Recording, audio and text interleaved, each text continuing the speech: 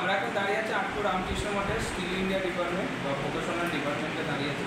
তো ভোকেশনাল ছাত্রছাত্রীদের সঙ্গে অনেকের সঙ্গেই কথা হবে এবং সবাই অনেক দূর দূরান্ত থেকে আসে। তো স্যারের সঙ্গেও কথা হবে, স্যারও অনেক দূর দূরান্ত থেকে আসে।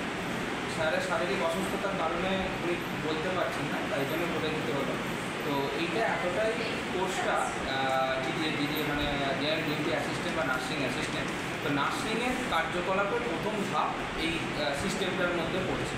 তো এখানে ওরা যে শিখছে দূর দূরান্ত থেকে এসে, যেহেতু রামকৃষ্ণ মঠের পিয়ারলেস স্কিল ইন্ডিয়া এবং আপনার তার সঙ্গে হচ্ছে স্কিল ইন্ডিয়ার যে ওরা সার্টিফিকেট পাবে, তার সঙ্গে ওরা নানান ধরনের কাজের সঙ্গে যুক্ত হতে পারে, যেমন হাসপাতালের কাজগুলোর সঙ্গে যুক্ত হতে পারে, ডায়াগনস্টিক সেন্টারের কাজের সঙ্গে যুক্ত হতে পারে।